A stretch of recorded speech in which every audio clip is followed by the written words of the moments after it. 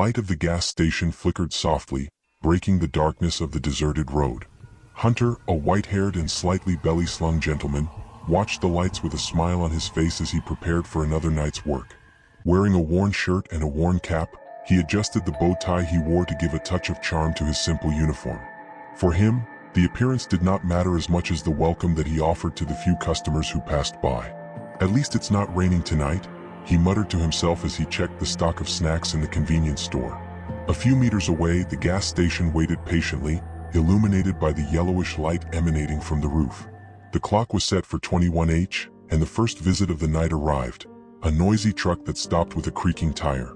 Hunter waved to the driver, a robust man who came out with the tired expression of someone who had ridden long distances. "Good night, buddy." Hunter greeted me with a warm smile. "What's it gonna be?" "A full tank and a can of coffee," replied the truck driver as he headed to the pump. Hunter started to fill the truck while he talked carefree. It was a habit of his. The people who stopped there, even briefly, always received some of his attention and sympathy. He talked about the weather, life on the road, and the little joys of everyday life, like the cake his wife had made that morning. "You should try it, it's delicious," he said, winking. The driver laughed, but the conversation was interrupted by a high-pitched sound that echoed through the night. Hunter stopped, watching the lights on the post flash once, twice, 3 times. It was a common flaw, but something in him moved uneasily. The trucker also noticed and looked around. "Does this happen often?" asked the man, frowning. "Sometimes. It's just the old electrical system," replied Hunter, trying to keep calm, but a cold has gone through his spine. Once the truck was fueled and the driver went his way, Hunter decided to take a tour of the station. Walked to the convenience store, noticing how the atmosphere changed. There was something in the air that made him feel observed, as if shadows were lurking between the shelves. However, Hunter tried to drive away the negative thoughts. He turned on the radio, hoping that the animated music would distract him. But instead of cheerful notes, the station tuned into a static channel, with distant voices and whispers that seemed more insistent every second.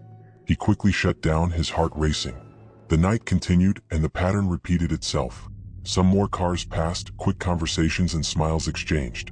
But Hunter could not ignore the lights that kept flashing and the sounds coming from the shop, as if something was out of place. When the clock struck midnight, he felt a shiver in the back of his head, as if an invisible presence had taken over the post. Looking around, nothing looked different, but Hunter knew something was wrong. He closed his eyes for a moment, praying silently, trying to ward off the feeling that he was about to face something that would challenge his faith. The first hints of the supernatural were just beginning to reveal themselves, and Hunter, skeptical by nature, was about to discover that reality was stranger than he could imagine. The dawn was coming, and Hunter struggled against sleep, leaning on the table of the convenience store. The coffee he had prepared was running out, and the strong aroma did not seem so inviting. He stood up and decided to walk around the post again, trying to scare away the fatigue and restlessness that accompanied him. As they left, a cold wind blew through the deserted road, making the lights of the post flicker once again.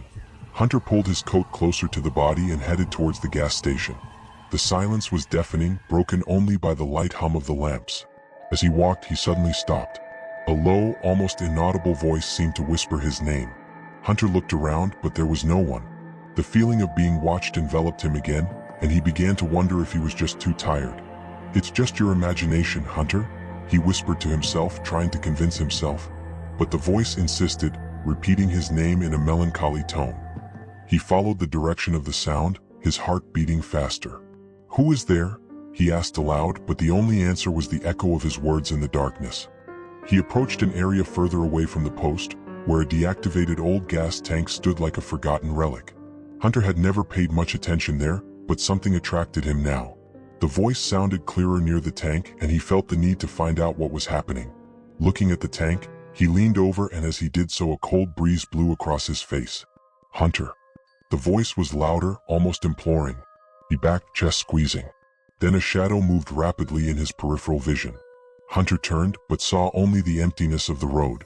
He tried to rationalize, but the feeling that something was watching him intensified. He returned to the post, determined to ignore the whispers, but the shiver on his skin did not disappear. Back at the store, he turned on the radio again, adjusting the tuning. This time a station played a nostalgic song.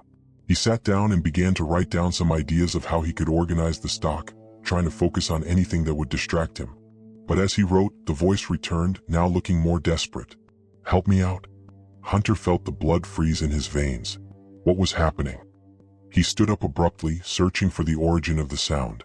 The post, which before seemed familiar, now became a labyrinth of mystery. He wondered if he should call someone, but the thought of a friend passing by, laughing at his worries, prevented him. No one would believe. He decided it was time to face his fears. With determination, he took a lantern from the shelf and left the post again, lighting up the darkness in front of him. The light flickered, revealing dancing shadows. With every step, Hunter felt that he was approaching something he could not understand, something that would test not only his courage but also his deepest beliefs. As he walked towards the deactivated tank, the whisper became a deafening scream, echoing in his mind, "Help me." Hunter stopped with panting. What should he do? He was about to discover that behind the terror surrounding him, there was a much deeper truth, connected with the gas station and what had happened there before his arrival. Hunter hesitated for a moment, the lantern flickering in his hand. The darkness around him seemed to close, and the voice that echoed in his mind called him with a despair he could not ignore.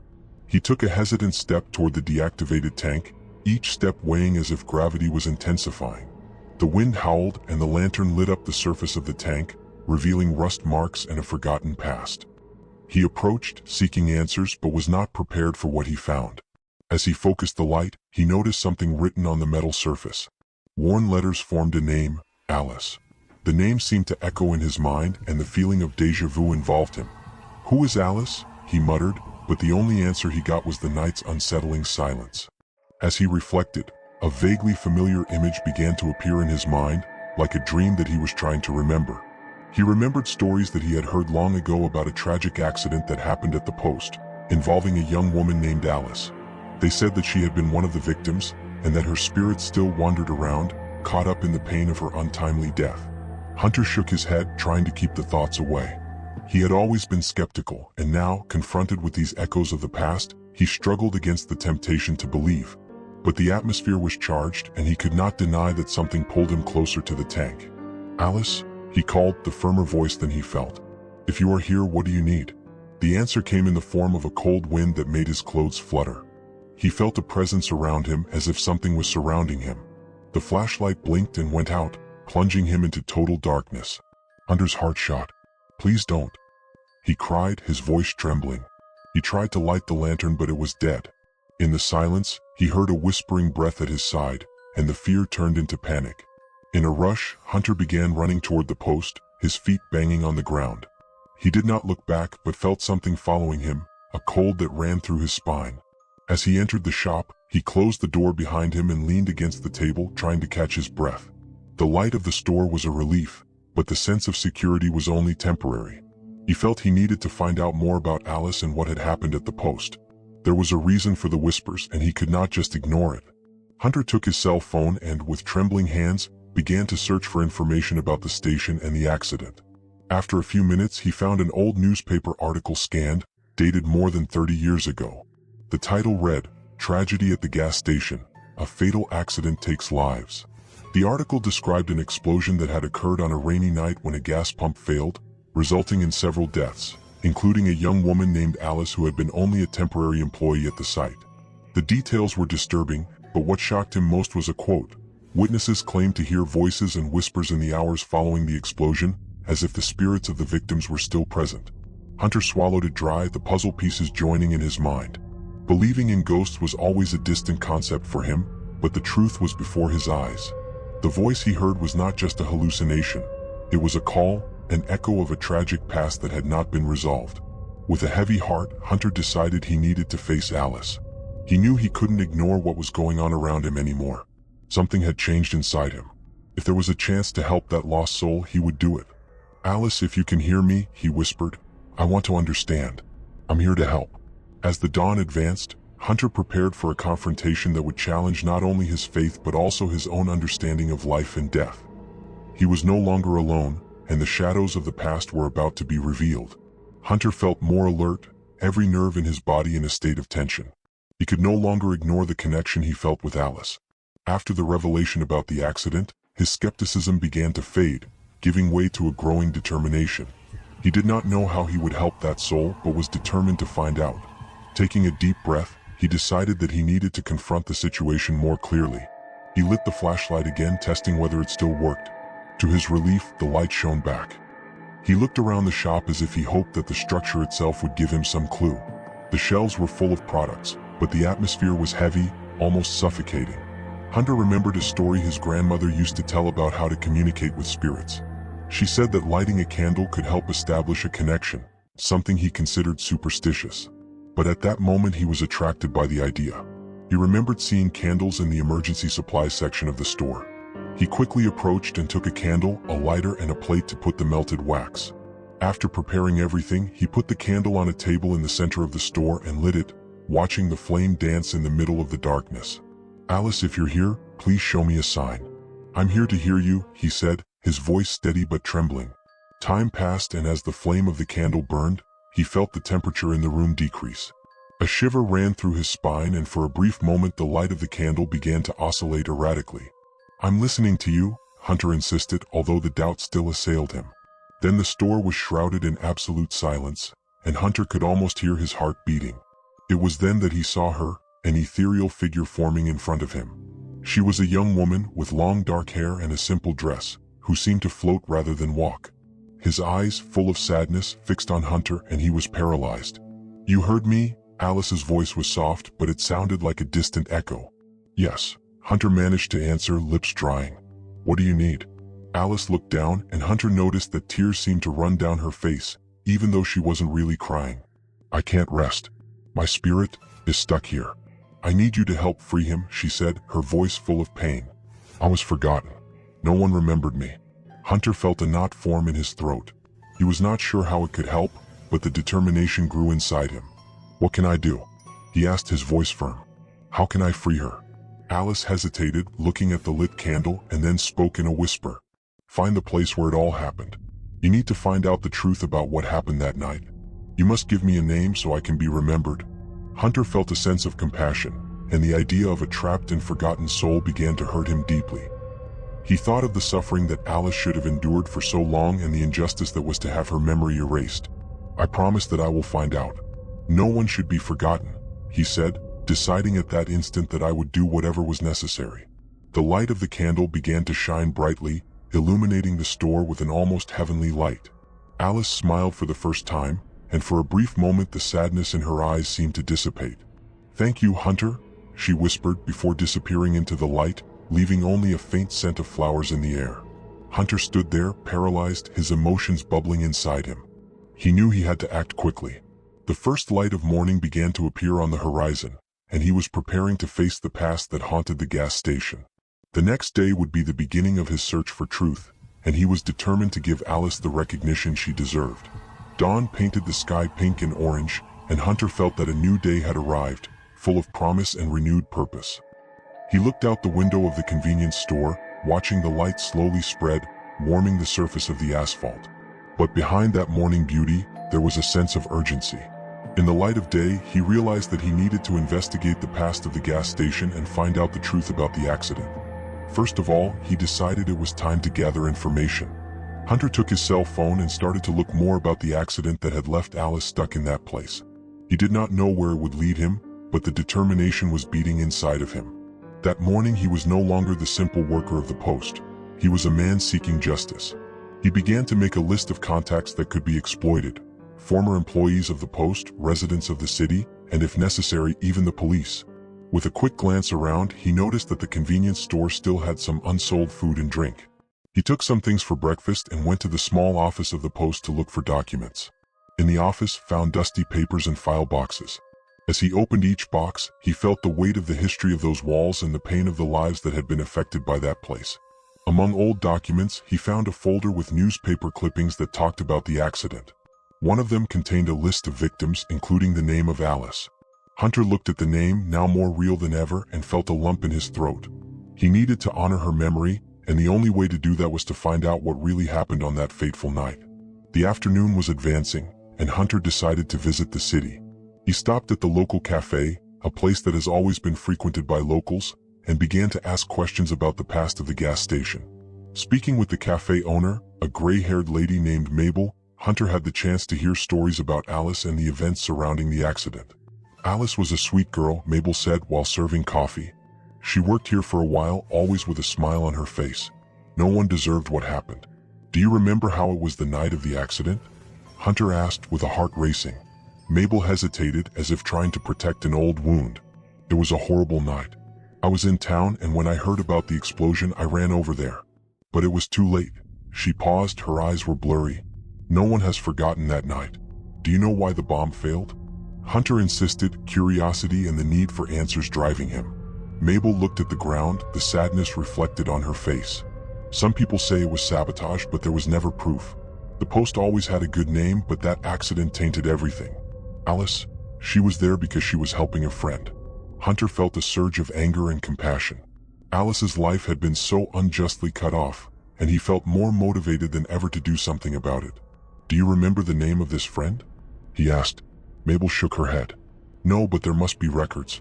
The old city archives may have information about what happened. The city sheriff may know something too.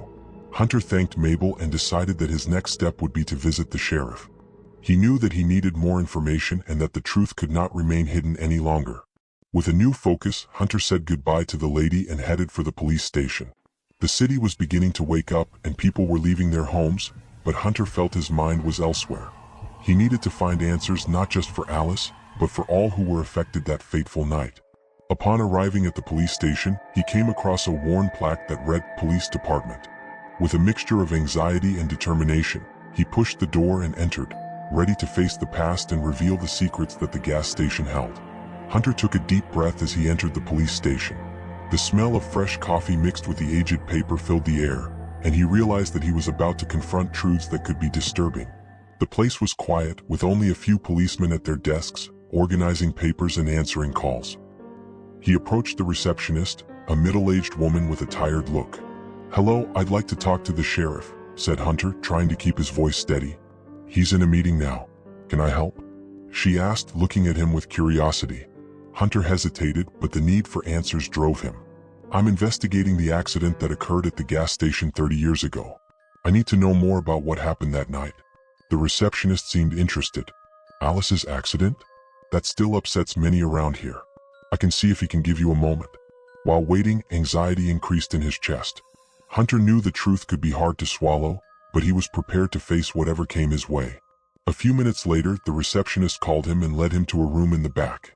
The sheriff, a robust man with gray hair, looked at Hunter with an expression of curiosity.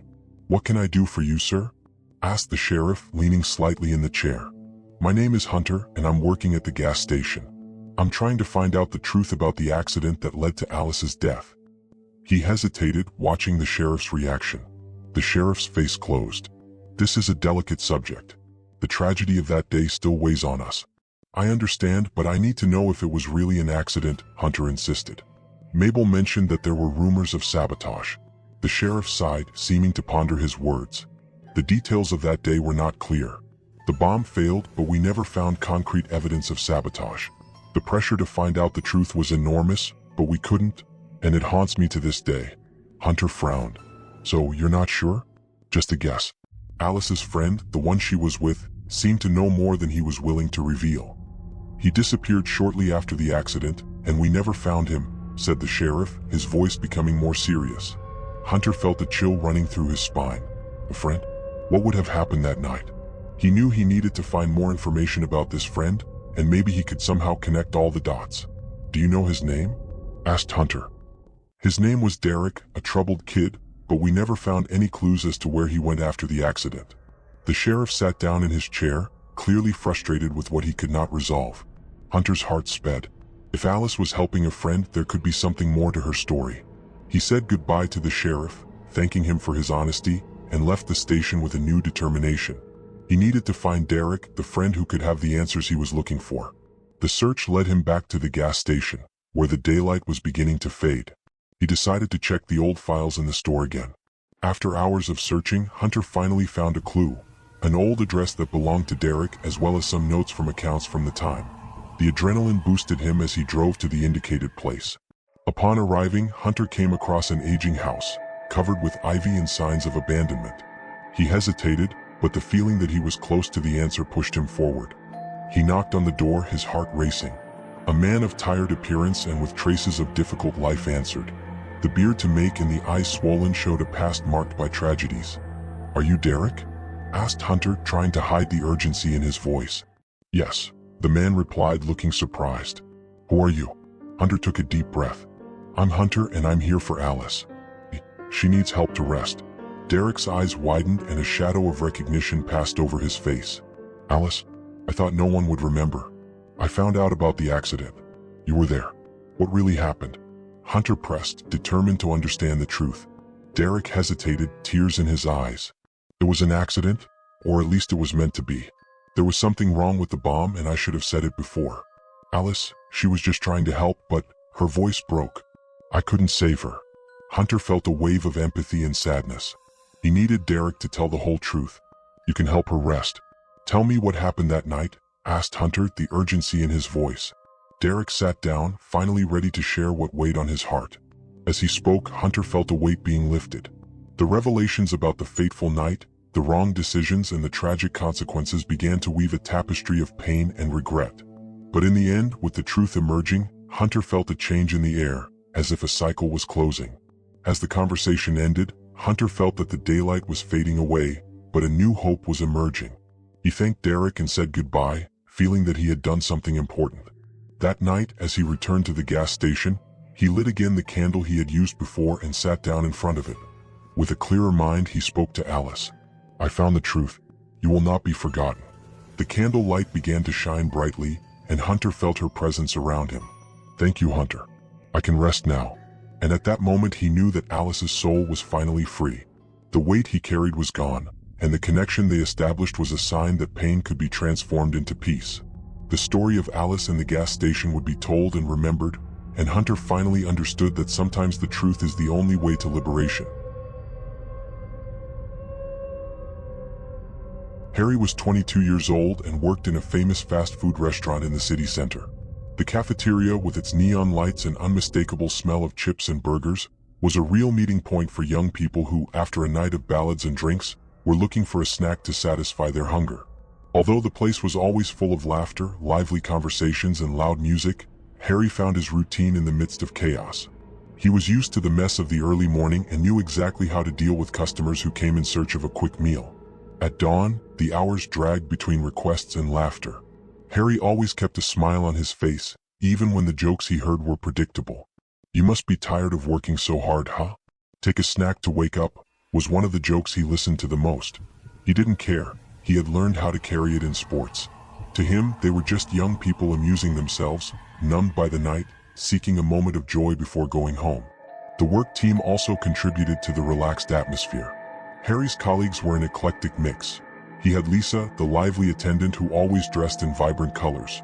Mark, the grumpy cook who, although constantly complaining, was a great professional. And Tom, the manager who often disappeared during busy hours, but always showed up to give practical advice. Together, they formed a team that, even under the pressure of movement, could keep the good mood. A typical evening began with the crackling of the fryers and the tinkling of the cash register. Harry concentrated on his job, taking orders and preparing snacks. He loved the sound of the milkshake machine, one of his favorite parts of work. The feeling of placing an order quickly and delivering it to a smiling customer was rewarding. But there was a peculiar atmosphere that involved those early mornings. While the young people were having fun, Harry could not ignore the growing sense that something else was lurking in the shadows. Sometimes he felt that he was being watched, but always thought it was just imagination playing tricks on his tired mind.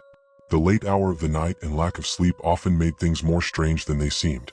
He tried to put those thoughts away and concentrate on work. One of the things that Harry liked to do was to watch people. There was a frequent customer, a young man named Alex, who always came with a different group of friends. Alex had a charismatic way and always told funny stories about his night adventures. Harry liked to hear him, even if some stories were exaggerated. It was a breath of normality amid the intensity of the night. The routine continued, and Harry wondered if something different would ever happen. But he had no idea that that particular dawn would change everything. The diner was busy, voices mixed, and music beating like a heart as Harry prepared for another night of work. He barely knew that he was about to receive a request that would change his world forever. With the sound of the intercom ringing in the background, the vibrant atmosphere would soon be subverted, and Harry's reality would begin to unravel like a broken dream. It was just a night, but Harry had the feeling that something was about to happen. The clock was 4 o'clock in the morning, and the diner was busy, with groups of young people laughing and making orders. He was on his shift, involved in the routine of frying potatoes and assembling sandwiches, when the intercom from the drive-thru sounded, breaking the ambient sound. "Drive-thru, good night. What would you like to ask?" Harry answered with a smile on his face, waiting for the typical response of a drunken clientele. However, instead of the usual jokes, a calm and serious voice replied, "A double burger, please." The voice was strangely familiar, but he could not put his finger on which customer it might be. While he was writing the request, a shiver ran through his spine, but he ignored it, attributing the sensation to a simple tiredness. Harry prepared the order, dipping the potatoes in the fryer and putting the hamburger on the grill. The delicious smell invaded the air and made your mouth fill with water. It was a quiet routine, until the voice of the client began to echo in his mind, like a mantra that he could not ignore. After a few minutes, the order was ready. He went to the drive-thru window, excited to deliver another snack. But when opening the window, the expectation gave way to confusion. The street was deserted, with only a few flashing lampposts, casting long and unsettling shadows on the tarmac. There was no car in sight. What made Harry even more perplexed was that there was no sound, neither the sound of a motor or the background music that always involved the early mornings. It was as if the outside world had silenced itself. He looked at the order screen, hoping to see the car that should be there, but what he found was just an empty. The window remained open, and Harry stretched out, trying to peek through the darkness, but saw nothing but the shadows projected. He frowned, confused. It must have been a hoax, he thought, shaking his head as he began to close the window. Before he did, a movement in the corner of his eye caught his attention. He turned quickly, but there was nothing. A wave of restlessness enveloped him. With the request in hand, he hesitated for a moment, thinking of shouting to see if someone would show up. But at the same time, the idea of looking silly made him laugh nervously about himself. Determined to ignore the strangeness, Harry closed the window and returned to the diner.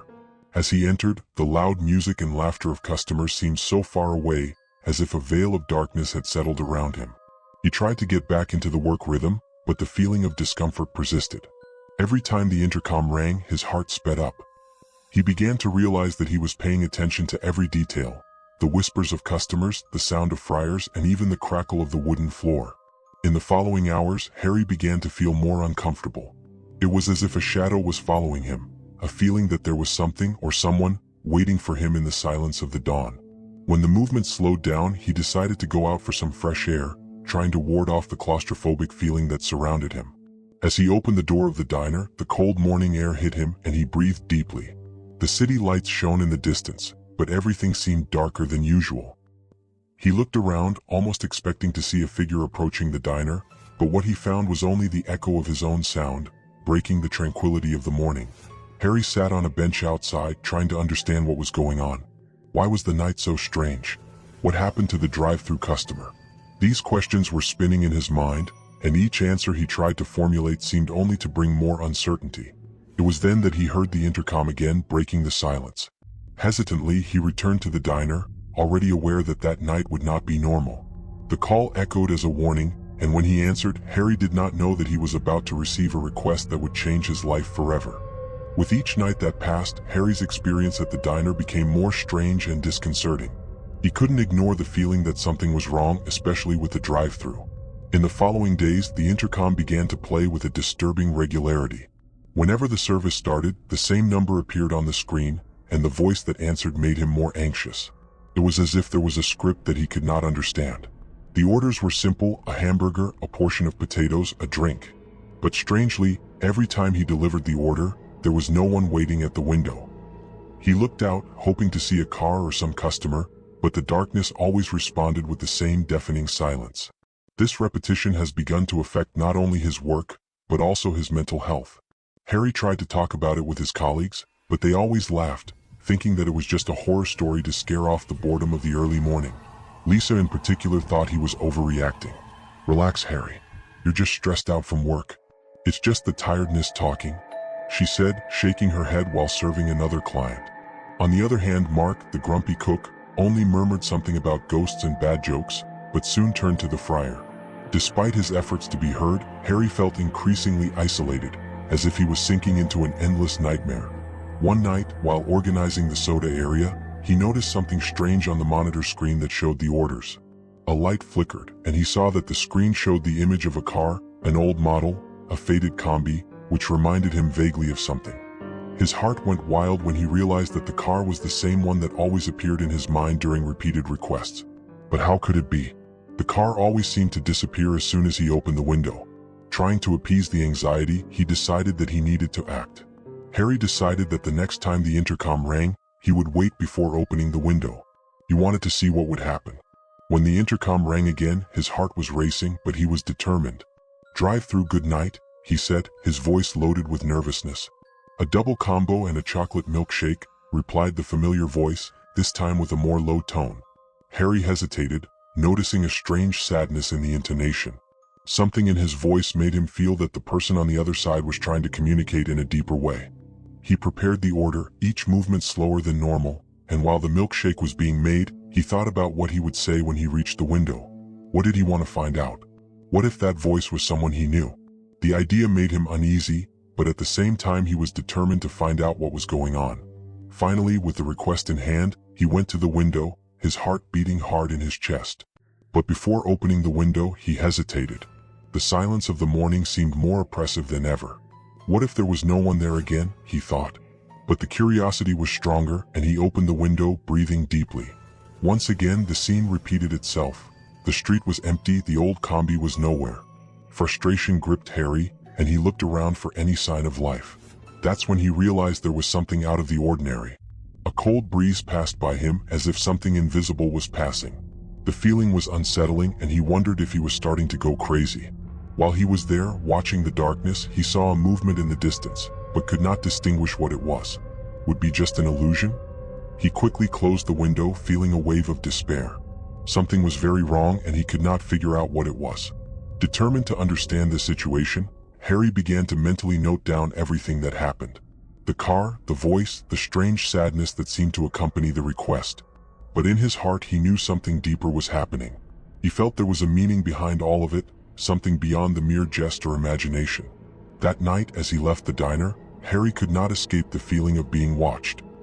He looked up at the sky, where the stars shone like indifferent eyes, and wondered what else lurked in the darkness.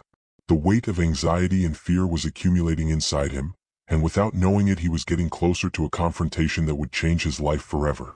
The following nights became a mixture of nervousness and expectation for Harry. He no longer saw the time to finish the work, but the idea of not finding out what was happening kept him stuck in the diner. The routine continued, and the drive-thru was always empty when he opened the window. The repeated requests of the same number were accompanied by a voice that seemed more and more distressing to him. Finally, one night, the situation reached its climax. The clock was at 4 o'clock in the morning, and the movement in the diner had slowed. The atmosphere was heavy and quiet, and Harry felt a lump in his stomach, a mixture of anxiety and determination. He knew he had to face it once and for all. As he answered the intercom, his hand trembled slightly, but he forced himself to keep his voice steady. "Drive-through, good night?" This time the answer came quickly. "A chicken sandwich, please?" The voice was the same, but there was a tone of urgency that made Harry's blood freeze. He wrote down the request, his mind spinning with possibilities. Who was that person? Why did he keep coming and asking? Was there anything else? Harry prepared the order, each movement charged with tension. He had a feeling that this was the decisive moment. When the snack was ready, he stood at the window taking a deep breath. He needed to see who was on the other side. Opening the window, Harry looked out to the street. The faded combi was there, parked a few meters away, and to his horror, there was a hooded figure sitting behind the wheel. Harry's heart popped. The figure seemed immobile, but there was something unsettling in his presence. The darkness of night seemed to condense around him, as if the very air was weighing on him. "Hey, your order is ready," Harry shouted, trying to gather courage. But the figure didn't move. The voice that had become so familiar in his working nights now echoed in his mind, like a distant echo, but there was something else. There was despair in the way the figure stood there, as if it were stuck in a place between the worlds. He hesitated, staring at the picture, but there was no answer. It was as if time had stopped, and he was about to step back when suddenly the figure turned his head slowly, partially revealing his face. Harry felt his heart stop. The face was familiar, but in a grotesque sense. It was a mixture of sadness and despair, and he recognized the person. It was Alex, the young man who used to come to the diner with his friends. The same Alex who had disappeared months ago in a car accident. Panic took hold of Harry. He didn't know if he was dreaming or really seeing the spirit of his lost friend. "Alex," he whispered, his voice failing. The figure just stared at him with an expression that seemed to beg for help. "Harry?" Alex's voice echoed, but it wasn't just a voice. It was a lament that cut the night. "Help me." The words seemed mixed with a breath of wind, and Harry felt a wave of sadness invade his being. "How can I help?" he asked, feeling vulnerable and small before that vision. The spirit seemed to tremble, as if it was struggling to manifest itself in some way. "You need to find out what happened." The voice echoed once again, and Harry felt a shiver run through his spine. He knew that Alex was not there by chance. Something deeper tied him to the world of the living. With tears in his eyes, Harry made a silent promise. "I will find the truth. Don't worry, I'll help you." The figure began to dissipate, like smoke in a breeze, and before he could say more, Alex disappeared into the darkness. Harry walked away from the window, his heart pounding and his mind spinning in a whirlwind of emotions. He was now more determined than ever to find out the truth about what had happened to his friend. The diner and the world around it began to seem strange and distant. He knew that the meeting had not been a chance, but a desperate call for help. He needed to gather more information about the accident and what could have caused Alex's death. As the dawn dragged on, Harry decided that the next night he would not only work but become an investigator in search of truth. Something deep called him, and he was about to dive into a mystery that would transcend the simple night work at the fast food diner. Determined to find answers, Harry decided he could not face the mystery alone. He knew he needed help, and the next morning, after his long night of work, he sought out Lisa, his co-worker, who had always proved a good listener. Meeting her during the break, Harry hesitated, but the urge to share his experience was stronger. "Lisa, you need to listen to me. Something very strange happened the last few nights, and I think it has to do with Alex," he said, his voice trembling but determined. Lisa looked at him, surprised and puzzled. "Alex? The boy who disappeared? What do you mean strange?" Harry took a deep breath and told her about the repeated requests, the familiar voice, and finally the meeting he had had the night before. He described the figure of Alex, his expression of despair and the cry for help. As he spoke, Lisa's eyes widened, and he realized she was taking his words seriously. "That's really scary, Harry," she said, looking at him with concern. "But what if is he really trying to communicate with you? What are you going to do?" Harry felt a lump in his throat. "I need to know what happened to him. I can't leave it like that." Lisa agreed to help, and together they decided to dig deeper into Alex's past. That night, while preparing for work, Harry and Lisa spent hours researching information about Alex's accident. They found that he had disappeared in a car accident while returning home from a party. His car collided with a truck on the road, and details were scarce, but something caught Harry's attention. There were reports of a witness who saw an old car at the scene of the accident. "We need to find that witness," Harry said, determined. "If there's any connection between the car and Alex, maybe we can find out something else." Lisa agreed, and they decided to ask questions in the vicinity of the diner where the party had taken place. The next morning they went out to investigate. As they walked through the busy streets, filled with bars and parties, Harry felt anxious, as if he was looking for something that could give sense to his fear. After a few hours of questioning and talking with people who were around the night of the accident, they finally found someone who remembered the car. "Yes, I saw an old car, a combi," said a young man coming out of a bar. "It was standing on the side of the road, and I thought it was weird because it seemed to be there for a long time. And then, I heard a scream. It was very high, as if someone were in danger." Harry felt a chill in his stomach. The car he had seen on the night of the drive-thru and the van that he associated with Alex's accident were connected. "Did you see who was in the car?" he asked anxiously. "No, I couldn't see well. It all happened too fast. Then everything got confused. I just left. But I swear I heard a scream."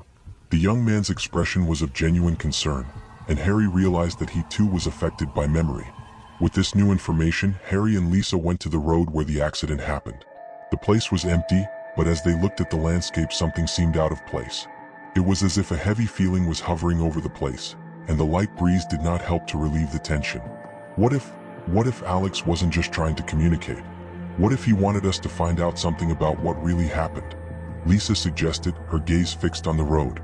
"Maybe he wants the truth to come out." "Yes," Harry agreed, his head spinning with the possibility. What if he's still stuck here for some reason?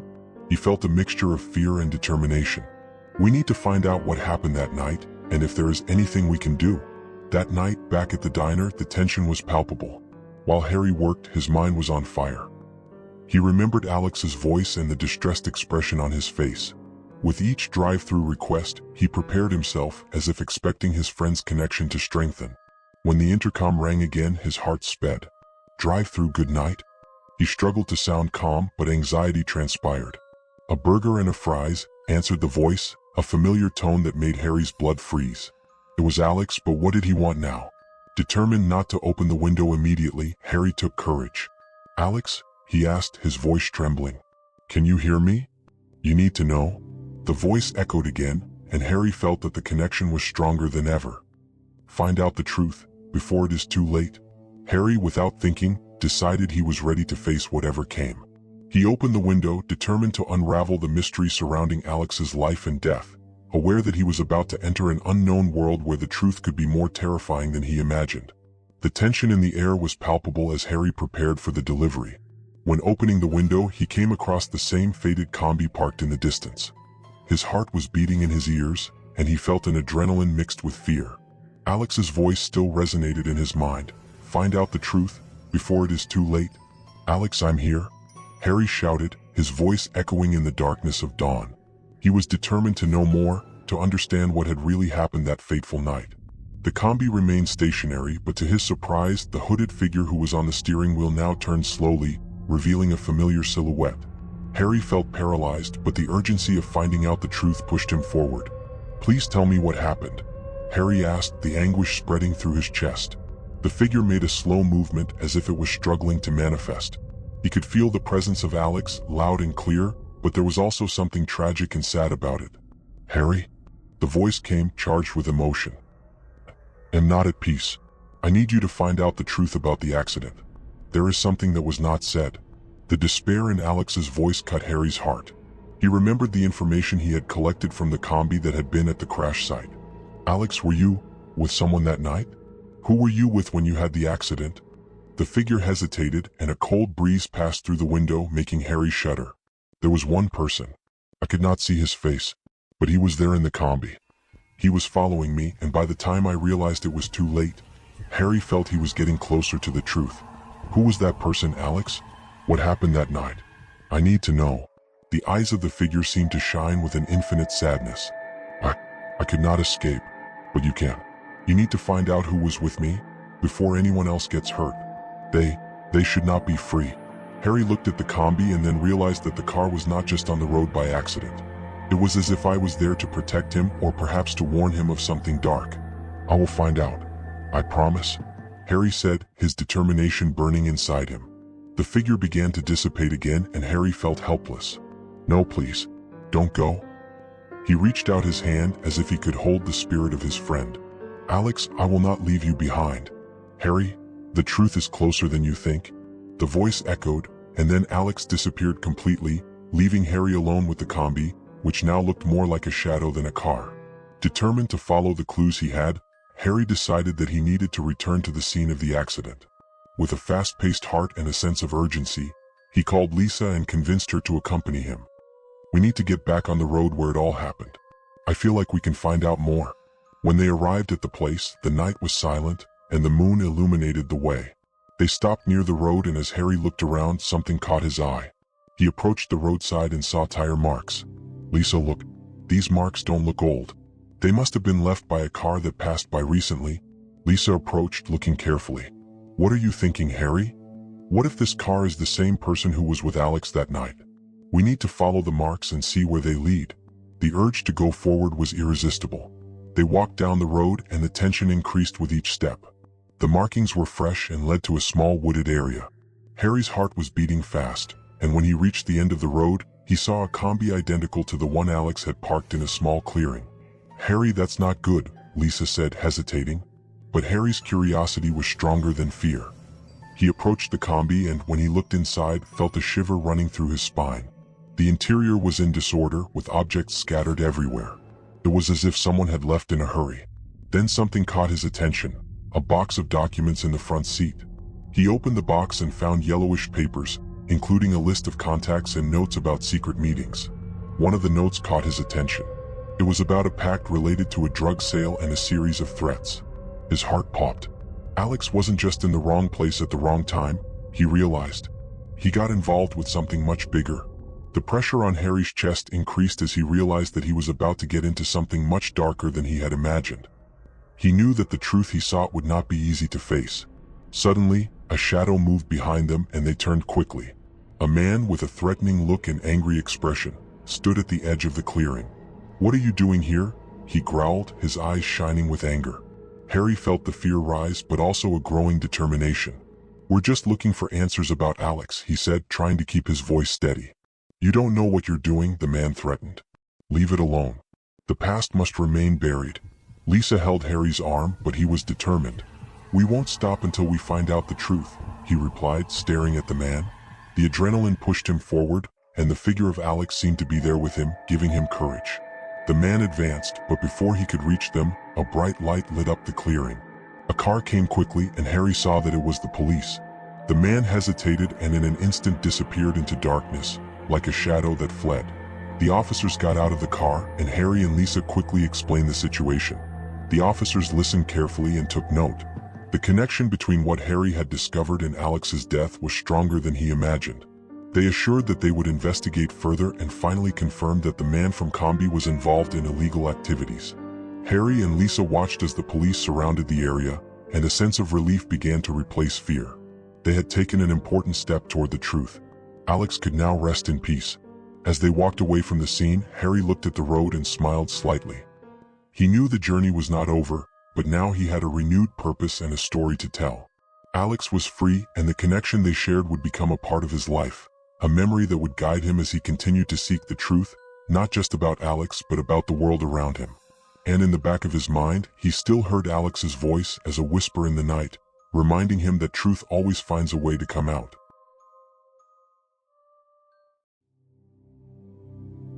The clock was 11 o'clock when Owen arrived at the building.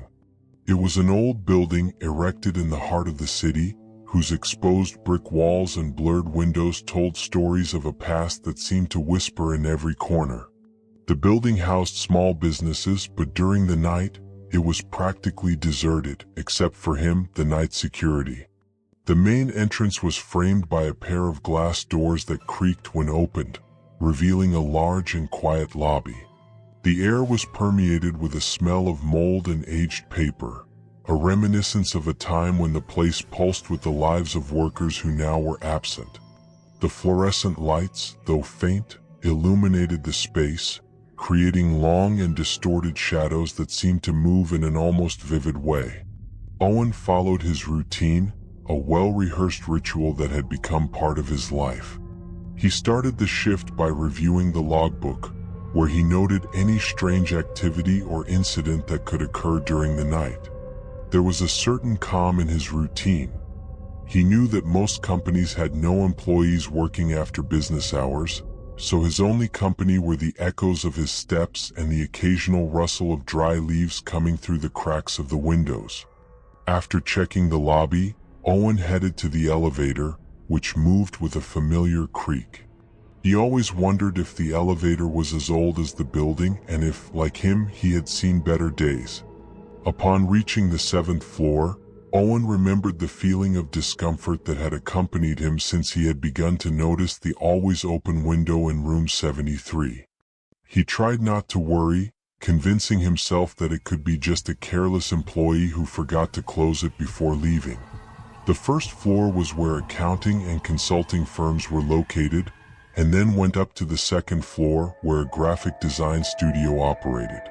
On the 3rd floor, there was a small technology company, while the 4th and 5th floors were occupied by law firms. Each floor had its own smell and atmosphere, but all shared the same oppressive silence that became more intense with every minute that passed. Arriving on the 7th floor, Owen always hesitated for a moment before the door of room 73.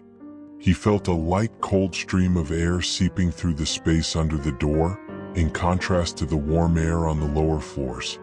But the routine kept him going. Each round was important to ensure the safety of the building. That night, as in so many others, Owen opened the door of room 73 and found the environment dipped in darkness. The light from the hallway partially illuminated the room, revealing old furniture and a sweet smell of old paper, but it was the open window that really caught his attention. He approached, determined to close the window, and it was then that a strange sensation enveloped him. The atmosphere was charged, as if the room was waiting for something. Owen shook his head, pushing away the negative thoughts. He remembered that loneliness could play with his mind, but the feeling of discomfort could not be ignored.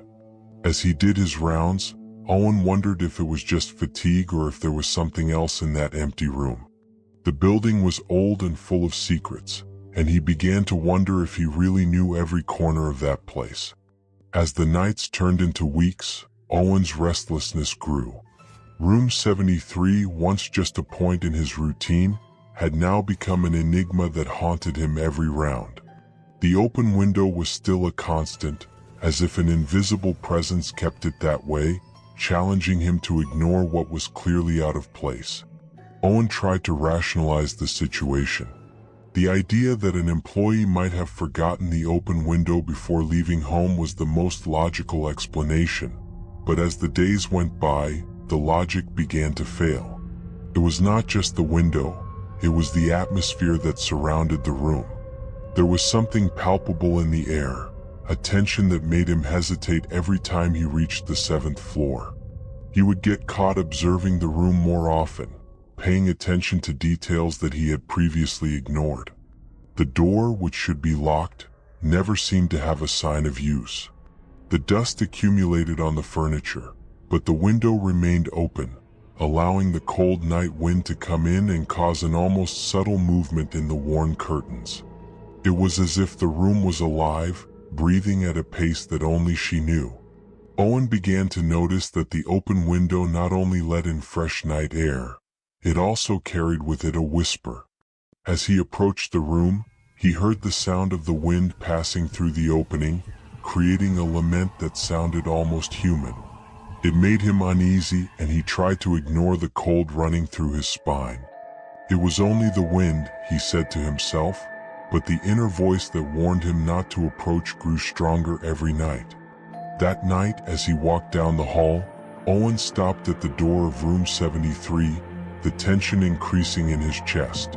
He remembered a report he had heard from a colleague about an old superstition. Some said that certain places carried the energies of people who had worked there, or even those who had gone through traumatic experiences.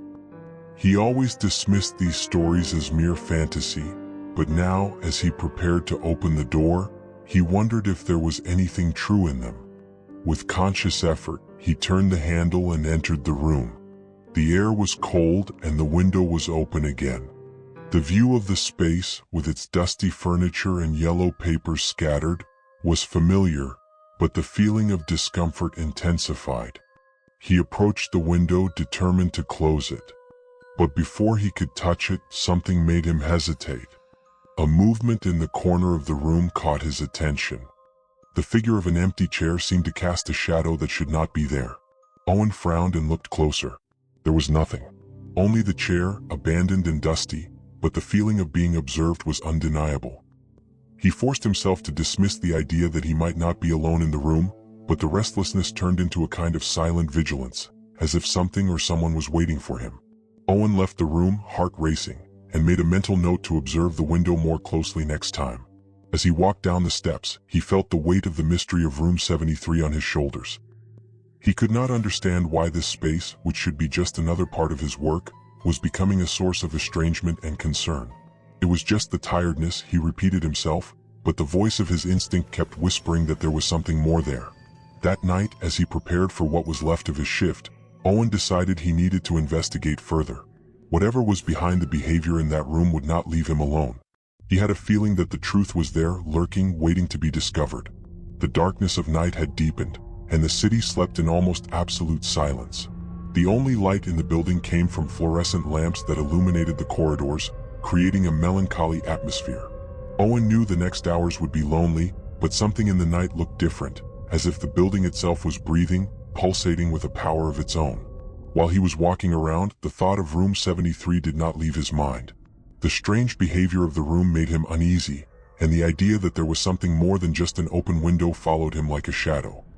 He tried to keep calm, but every time he went up to the 7th floor, the air seemed denser, and an inexplicable cold penetrated his bones. Owen stood in front of the door to room 73, hesitating. A feeling settled in his chest, a chill in his stomach that he could not ignore. He took a deep breath and turned the handle, pushing the door cautiously. Upon entering, the air was colder than last time. He looked around, his eyes adjusting to the dim room. The window was open as always, and the cold wind brought with it a whispering lament. But there was something new in that environment, something that made his heart race. A corner of the room was shrouded in deeper darkness, almost as if it absorbed the light around it. Owen felt a wave of fear, but against his will, his curiosity drove him to approach. He moved slowly, trying to ignore the growing panic in his chest. The shadows seemed to move, and the wind's lament now seemed more like a call, a voice that invited him to go deeper into the unknown. As he got closer to the dark corner, a snap broke the silence. Owen stopped, his heart beating fast.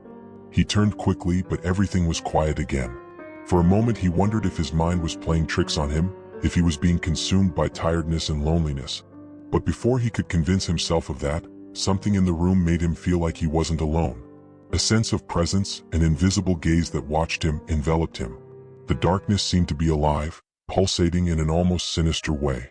Suddenly the window slammed, causing Owen to jump back. He turned, and to his horror, saw a figure paralyzed in a corner of the room, its indistinct silhouette standing out against the darkness. The fear paralyzed him for a moment. He could not move, his muscles refusing to obey. The figure did not move, but his eyes, empty and piercing, were fixed on him. Owen finally found his voice, but the words failed to come out. He tried to scream, but the sound did not materialize. With a survival drive, he finally managed to step back, and the figure seemed to wriggle as if preparing to move. Owen turned and ran to the door, his heart pounding in his chest. As he ran, the room began to look like a maze. The walls seemed to close, and the echoes of his steps turned into a sound of persecution. He pushed the door, almost falling out, and hit the wall of the corridor. Fear drove him down the stairs running, never looking back. When he finally reached the lobby, Owen stopped, panting, trying to understand what had happened. The silence of the building was deafening, and the feeling of being observed did not leave him. He looked up to the 7th floor, room 73, now a shadow in the back of his mind, a mystery that became more disturbing with every second that passed. He wondered if he was losing his sanity or if there really was something supernatural in the room. He knew that the truth would not leave him alone. That night, Owen made a decision. He couldn't just ignore what happened. Room 73 kept a secret, and he was determined to find out what really happened there. After the disturbing night, Owen could not get away with the feeling that room 73 held something dark. He spent the next days in a state of vigilance, his mind full of questions and concerns. When the next turn came, he was determined to face his fears. Curiosity had become a burning need to understand what was really going on in that room.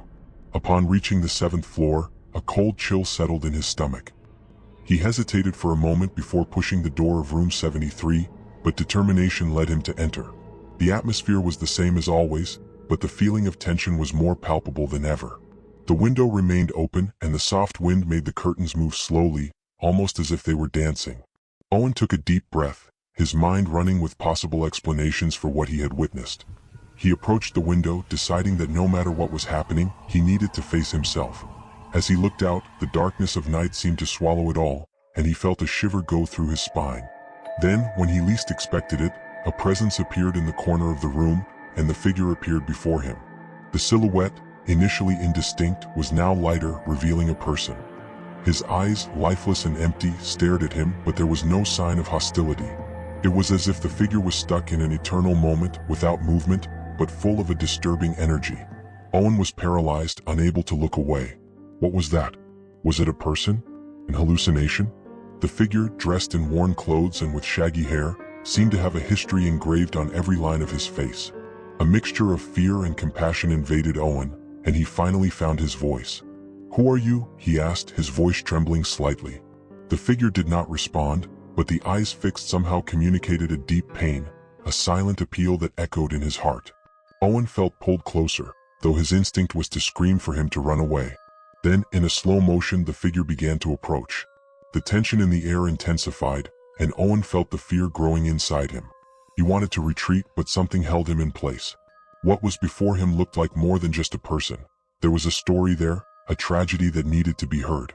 When the figure was a few steps away, a stronger breeze entered through the window, making the lights flash briefly. Owen was almost close enough to touch the person, but when he made the hand-holding movement, the figure stopped.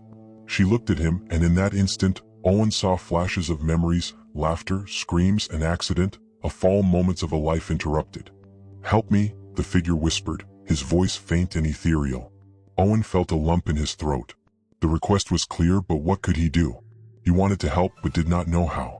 The despair of the figure resonated inside him, and his mind struggled to understand what was happening. The room was loaded with emotion, a tension that made his heart race. However, before he could react, the figure began to crumble in the darkness, as if being pulled back to a distant place. Owen found himself reaching out in a desperate gesture. "Don't go," he shouted, but room 73 seemed to absorb his words, swallowing the sound and light. The figure disappeared completely, leaving Owen alone again, surrounded by oppressive silence. He stood there, paralyzed for a moment, his mind boiling with confusion and fear. What had just happened? The presence he had felt was now absent, but the impact of the experience remained. Owen realized that room 73 was not just an empty space. It was a portal to something much deeper and more disturbing. Breathing heavily, he moved away from the window, his thoughts spinning around the silent request of the figure. He knew that he needed to investigate further, understand what had happened in that room and why that presence had chosen him. The truth was out there, and he was determined to find it, no matter how dark it was. Owen was paralyzed in the middle of the room, his heart beating wildly. The figure had disappeared, but the feeling of being observed still surrounded him, as if the room itself was breathing around it. The air, already cold, now seemed dense, filled with palpable anxiety. He needed to get out of there, but fear and confusion kept him trapped. With a conscious effort, Owen took a step back, his eyes fixed on the open window. The wind kept blowing, and the whisper that before seemed a lament now sounded like a distant cry, calling him away from the room. He turned his head, looking at the dark corridor leading to the staircase. The space seemed to shrink, becoming a maze of shadows, and Owen knew he needed to hurry. With a sudden impulse, he turned and ran to the door. Each step echoed like a drum in his mind, and he felt the weight of the room 73 behind him, like a monster lurking in the shadows. Pushing the door, Owen almost fell, stumbling as he rushed down the hall. Panic took hold of his body, and he did not dare to look back. He ran down the hall, the fluorescent lights blinking erratically. Each snap seemed like a warning, as if the lights were trying to warn him about what was going on behind him. The adrenaline ran in his veins, and he did not allow himself to think what could be behind him, only in the urgent need to escape. As he walked down the stairs, Owen almost slipped on the steps, his mind focused on one idea: getting out of that building. The smell of old carpet and dust lifted by his heavy steps accompanied him as he went down. He could not slow down. His instinct told him that the figure could return at any moment, and the sense of danger was as real as the structure of the building itself. Finally, he reached the lobby, panting and sweating. The space was empty, but the feeling of oppression followed him like a shadow. He looked around, looking for a refuge, a place where he could feel safe. The glass doors leading out seemed more distant than ever. Owen turned to them, his steps hasty and wobbly, as if the ground itself was trying to hold him. When he reached the gates, he pushed them with all his strength, but they did not open. Anguish went up in his throat. "No, no, no," he murmured, knocking on doors. Despair made him lose his reason, and he turned around, looking around for another way out. The lobby was deserted, but the shadows seemed to move, dancing on the walls around it. Then an idea hit him. The opposite side of the lobby had a service door, an entrance that led to the back of the building. Without thinking twice, he threw himself towards her. Each step seemed heavier than the last, and the feeling that something was about to reach it was almost unbearable. He did not want to turn. The idea of seeing the figure again was enough to freeze him in fear. Upon arriving at the service door, Owen opened it with a sharp movement, the sound echoing like a shot in the silence of the night. He found himself in a small corridor leading to a side exit. He pushed that door too, and it opened, revealing the darkness of the outside. The fresh night air hit him like a punch in the stomach. He did not hesitate and ran out to the street without looking back. The moonlight illuminated the path ahead of him, and the sound of his footsteps echoed on the walls of the building, but he didn't care. The feeling of freedom enveloped him, and he ran as far as he could, his lungs burning and heart beating hard in his chest. After a few blocks, he finally stopped, gasping, his hands resting on his knees as he tried to catch his breath. The city looked strangely calm, as if in a state of deep sleep, but the adrenaline still pulsed in his body. He looked back, the shadow of the building standing out against the moonlight, and a shudder ran through his spine. Owen knew he couldn't come back. Whatever was stuck in room 73, that mysterious figure who had called him, now was a chapter he wanted to close. But her image, empty eyes, and silent request were still etched in his mind. He felt a conflict within himself, a call to understand more about that presence that somehow had marked him. As he walked slowly home, the darkness of night surrounded him. The feeling of being free from the building mixed with the weight of experience. Owen was determined to find out the truth about room 73, but for now he knew he needed to step back and gather his forces. The story of the room and its enigmatic figure was not yet finished. He felt it in his heart. The following days were filled with a disturbing silence. Owen tried to get back to his normal routine, but the memory of room 73 and the figure watching him continued to haunt him. The nights were long, and he felt the pressure of not being able to escape that experience. Every time he entered the building, anxiety grew, and the walls seemed to whisper secrets that he could not decipher. On a particularly dark night, Owen decided he needed to face his fears once and for all. He returned to the building, determined to find out the truth behind room 73. As he climbed the steps towards the 7th floor, the feeling of déjà vu engulfed him. The environment seemed so familiar and at the same time alien. Upon reaching the door of room 73, a wave of nervousness took hold of him, but Owen knew he could not hide forever. He pushed the door, and the same cold breeze received him, bringing with it the same unsettling feeling. The air was heavy with expectation, as if the room was waiting for him. Inside the room, everything looked the same, but there was a subtle difference. The window was closed, and the environment, although still carrying the same aura of mystery, seemed calmer. Owen approached the window, now closed, and felt the need to confront the figure he had seen. He could not run away forever. With a deep sigh, he began to speak aloud. "Who are you? What happened here?" He waited, but silence was his only answer. For a moment he felt foolish, questioning the emptiness. But there was something in the stillness of the room that encouraged him to continue. "If you need help, I want to help," he said, his voice steady. "Please tell me what happened." He closed his eyes, hoping to feel some presence, but the only thing he found was his own reflection in the window glass. As I opened my eyes, something unexpected happened. A sense of relief began to seep into his heart, as if he was finally allowing himself to recognize the fear that had consumed him.